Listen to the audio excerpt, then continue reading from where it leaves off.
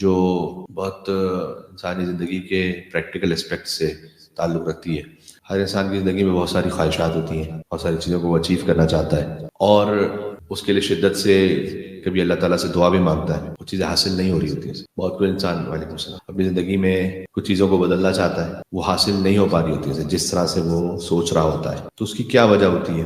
اور کیا ہمیشہ جو انسان اپنے آپ کے لیے مانگ رہا ہوتا ہے اس کے لیے بہتر بھی ہوتا ہے یا نہیں ہوتا؟ چونکہ اللہ سبحانہ و تعالیٰ حکیم مطلق ہے، تو اللہ عز و جل نے قرآن میں ایک اصول دیا ہے، سورہ اسراء کی آیت نمبر 11 ہے یہ، یدعو الانسان بالشر دعاہ بالخیر۔ کبھی کبھی انسان شر کو ایسے مانگتا ہے جیسے وہ خیر کو مانگتا ہے۔ اللہ عز و جل نے کہا کہ کبھی تم ایک شے کو خیر سمجھتے ہوئے مانگ رہے ہوتے جبکہ وہ شر ہوتا ہے تمہارے لیے۔ وعلیکم السلام۔ اس میں تھوڑی سی اور بات کرتے ہیں، مل کے صلوات بھیجیے گا اور محمد و آل محمد علیہ السلام پر۔ کان الانسان عجولا، اس کے بعد اللہ تعالیٰ نے آگے فرمایا کہ اور انسان بہت جلد باز ہے، کبھی شر کو ایسے مانگتا ہے کہ جیسے وہ خیر کو مانگ رہا ہو، اور انسان جلد باز ہے۔ یہ جو کہا کان الانسان عجولا، اس کا مطلب یہ ہے کہ انسان کی فطرت میں ہے جلد بازی، اور یہ اللہ تعالیٰ نے ایک سے زیادہ مقامات پر قرآن میں کہا ہے کہ اس کی سرشت میں ہے وہ تھوڑا سا جلد بازی کرتا ہے۔ البتہ یہاں مفسرین نے ضرور لکھا ہے کہ یہ انسان وہ انسان ہے کہ جس کی تربیت ابھی نہیں ہوئی۔ جب تربیت ہو جاتی ہے انسان کی تو پھر وہ جلد باز نہیں رہتا، پھر وہ اللہ کے سامنے تسلیم ہوتا ہے۔ اب کبھی کبھار تو انسان ایسے جلد باز بھی ہیں، تاریخ میں اللہ تعالیٰ نے 6 مقام پر ایک ہی فقرہ قرآن میں کہا ہے، 6 مقام، سورہ یونس میں، سورہ انبیاء میں، سورہ نمل میں، سورہ سبا میں، سورہ یاسین میں، سورہ ملک، کہ وَيَقُولُونَ مَتَىٰ هَٰذَا الْوَعْدُ، یہ کہتے ہیں کہ وہ قیامت کب آئے گی، کنتم صادقین، اگر تم سچے ہو تو یہ بتاؤ کہ وہ قیامت کب آنے والی ہے۔ وہ جلدی ہوتی تھی، عذاب کی جلدی ہوتی تھی، یستعجلونک بالعذاب، بعض جگہوں پر ہے کہ وہ عذاب کے لیے جلدی کرتے ہیں، اتنا جلد باز ہے انسان کہ وہ کہتا ہے کہ یہ جو تم کہہ رہے ہو بتاؤ تو صحیح، ہوگا کبھی؟ تو یہ اللہ تعالیٰ نے 6 مقامات پر قرآن میں اس طرح سے کہا ہے۔ تو اللہ کہتا ہے کہ کچھ چیزوں کے لیے انسان جلدی کرتا ہے، وہ خیر سمجھتے ہوئے در حقیقت شر مانگ رہا ہو۔ اب اللہ عز و جل کا دیکھیں وہ ارحم الراحمین ہے، اس کا یہ مزاج نہیں ہے کہ اللہ تعالیٰ سے اگر انسان نے کچھ مانگا ہے تو وہ کچھ بھی نہیں دے گا اسے، ایسا نہیں ہو سکتا۔ جب ہم سے یہ کہا گیا کہ اگر کوئی فقیر آیا ہے تمہارے پاس اور وہ فقیر مستحق نہیں بھی ہے، تم جانتے ہو کہ مستحق نہیں بھی ہے، تب بھی مکروہ ہے اسے بالکل خالی ہاتھ لوٹا دینا۔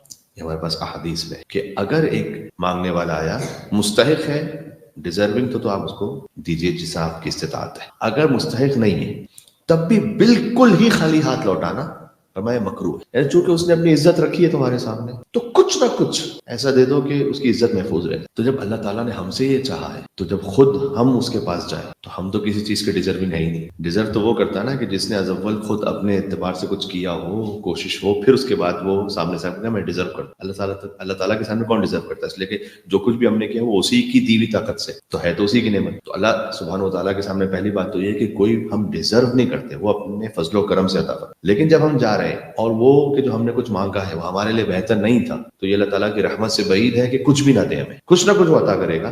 اب وہ کیا عطا کرے گا؟ اس کے لیے احادیث کہ یا تو ہم کسی اور بلا کو تم سے دور کر دیتے، وہ حاجت جو تم نے مانگی تھی وہ پوری نہیں ہوئی، لیکن کوئی اور بلا تھی کہ جس کو ہم نے دور کیا، جو تمہاری تقدیر میں لکھی ہوئی۔ کبھی اس حاجت کو مؤخر کر دیتے فور دا ٹائم بھی، کہ ابھی اس وقت نہیں ہے مصلحت میں، کوئی آپ جاب مانگ رہے ہیں، کوئی آپ ایک پوزیشن مانگ رہے ہیں، کوئی آپ بزنس مانگ رہے ہیں اللہ تعالیٰ سے، کسی سے کوئی شادی کرنا چاہتا ہے اور معاملہ، کہیں پہ کوئی ٹریول کرنا چاہتا ہے، 1000 قسم کے معاملات ہوتے ہیں، ابھی شاید بہتر نہیں ہو سکتا، 10 سال بعد یہ چیز بہت بہتر ہو، تو اللہ تعالیٰ کہتا ہے کہ ہم حاجت کو مؤخر کر دیتے ہیں، یہ جو مانگا ہے تم نے یہ بے فائدہ نہیں ہوا۔ اچھا ایک بات یہ، ہر دعا پر انسان اگر اللہ تعالیٰ سے متوجہ ہو کے مانگے تو وہ حاجت پوری ہو یا نہ ہو اجر تو ملتا ہی ملتا ہے، وہ تو ایک سیپریٹ۔ ایک مل کے صلوات بھیجیے گا اللہ سبحانہ و تعالیٰ کی عظمتوں کا اعتراف کرتے ہوئے، وہ اجر تو ملنا ہی ہے، نامہ اعمال میں نیکی لکھ دی گئی کہ اس نے ہماری طرف متوجہ ہو کہ ہم سے کچھ مانگا۔ اب وہ حاجت پوری نہ ہونا یا ہونا وہ دنیا کا معاملہ ہے، وہ آخرت کا معاملہ نہیں، آخرت میں اجر لکھا جا چکا۔ اور تیسرا اللہ تعالیٰ نے اپنی حجتوں کے ذریعے سے ہمیں سمجھایا کہ یا تو ہم بلا کو دور کریں گے یا حاجت کو تھوڑا سا ڈیلے کریں گے یا تمہاری نسلوں میں اسے عطا کریں۔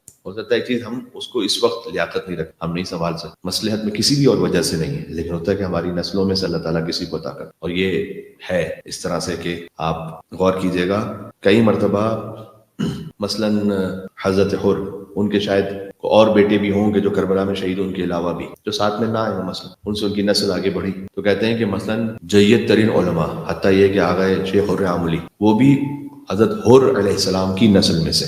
یعنی ایک قربانی کا اثر یہ ہے کہ کتنی جنریشنز تک اللہ سبحانہ و تعالیٰ معارف اہل بیت عطا کرتا رہے، یہ اللہ تعالیٰ نسلوں میں عطا فرما. تو کبھی بھی کوئی شے رائے گا نہیں جاتی کہ ویسٹ ہو گئی، ہم نے کچھ مانگا کچھ ہوا نہیں، کوئی فائدہ نہیں ہو سکتا ہے کچھ جنریشن میں اللہ تعالیٰ اثر دکھائے، جنریشن میں ہو سکتا ہے بچوں میں دکھائے، ہو سکتا ہے بچوں کے بچوں میں دکھائے. تو اس پہ اطمینان رکھیں کہ اللہ عز و جل کی رحمت سے بعید ہے کہ ایک بندہ اسے مانگے اور وہ کچھ بھی نہ دے، ایسا پاسبل نہیں. تو اللہ تعالیٰ کہتا ہے کہ کبھی تم شر مانگتے ہو ایسے کہ جیسے خیر مانگو، اور کان انسان عجولا، تم جلد باز ہو، تھوڑا جلدی چاہتے ہو وقت سے پہلے. مومنین نے بہت سے بعد میں جوائن کیا تو میں آیت پڑھ دوں خالی تاکہ آپ آیت کو بعد میں جا کے خود دیکھیں.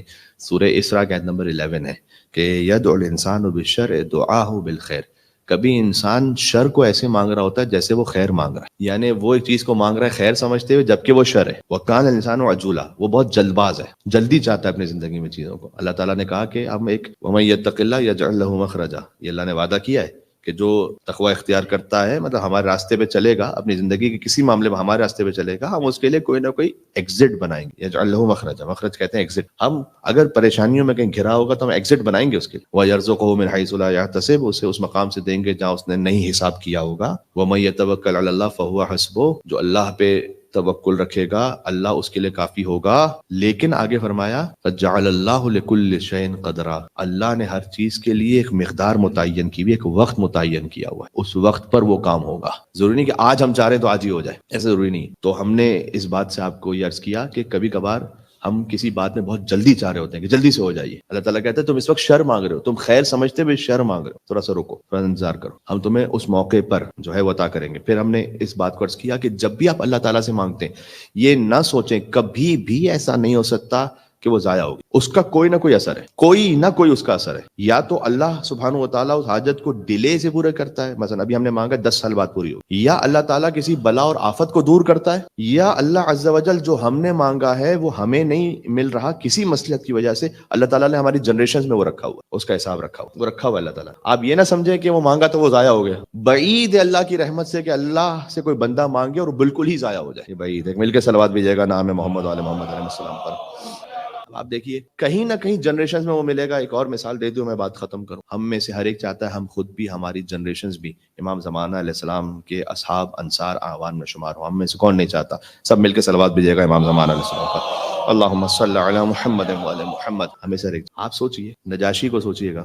نجاشی وہ ہے کہ جس نے رسول اللہ پر ایمان لانے والوں میں سے بعض کو پناہ دی. وہ افریقہ گئے تھے، ایتھوپیا، مکہ سے اپنی جان بچانے کے لیے. پہلی ہجرت ہے یہ، رسول اللہ کے حکم سے گئے تھے کیونکہ ایک کے بعد ایک یہاں پر آزار دے کر قتل کیے جا رہے تھے، کہیں ایسا نہ ہو سارے مسلمان مار دیے جائیں. رسول اللہ نے بات کو بھیج دیا. جب وہ وہاں پر ایتھوپیا پہنچے تو وہاں پر ان کے پیچھے سے عمرو ابن عاص اور اس کا باپ اور یہ سارے یہ بھی وہاں پہنچ گئے کہ ہم ان کو گرفتار کر کے واپس لے کر آئے. بہرحال واقعہ تفصیلی ہے. نجاشی نے دونوں کی بات سنی اور کہا کہ نہیں، یہ مظلوم مجھے لگتے ہیں.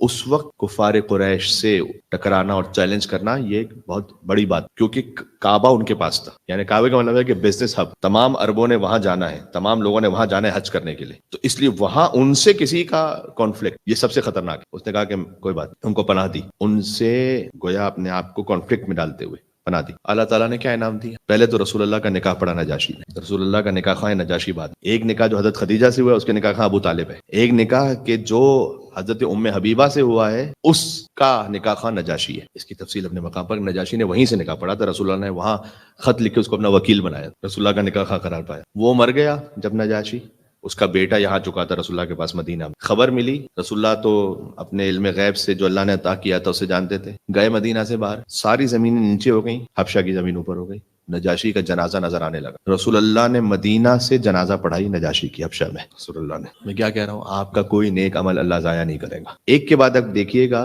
کہ جیسے جیسے قربانی دیتے جائیں گے، جیسے جیسے راہ حق پر آئیں گے. یہ رسول اللہ نے فرمایا. ہمارے یہاں غائبانہ نماز جنازہ کا تصور نہیں ہے جو ہمارے اور مسلم برادرز میں، ہمارے یہاں پر نہیں ہے ایسا کہ جنازہ سامنے نہ رکھا ہم نے کہا غائبانہ نماز جنازہ پڑھیں گے، ایسا نہیں ہے ہمارے. رسول اللہ نے کہا یہ صرف ایک موقع کے لیے ہے، اور وہ بھی رسول اللہ نے غائبانہ رہنے نہیں دیا.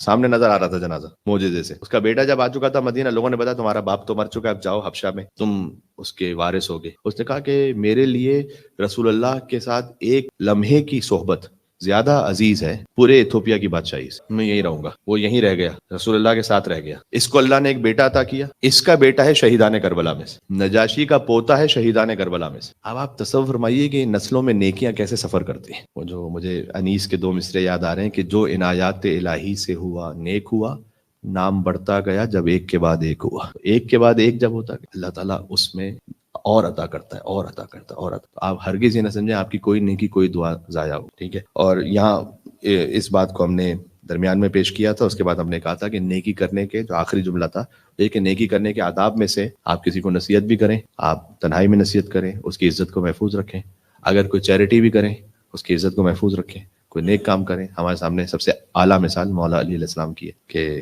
قمبر کو یہ کہہ کے نہیں دیا کہ ہم چاہتے ہیں کہ غلام اور آقا کا فرق ختم ہو، یہ کہہ کر دیا کہ تم جوان ہو، تم پہ یہ اچھا لگتا ہے، جا تم یہ پہنو۔ اتنا صمیمیت کے ساتھ عطا فرمائے اللہ عز و جل، ہمیں اہل بیت علیہ السلام کی تعلیمات پر غور کرنے کی، عمل کرنے کی توفیق نصیب فرمائے انشاءاللہ۔ بسم اللہ الرحمن الرحیم، انا اعطیناک الکوثر فصلی لربک وانحر، ان شانئک هو الابتر۔ نعرہ صلوات۔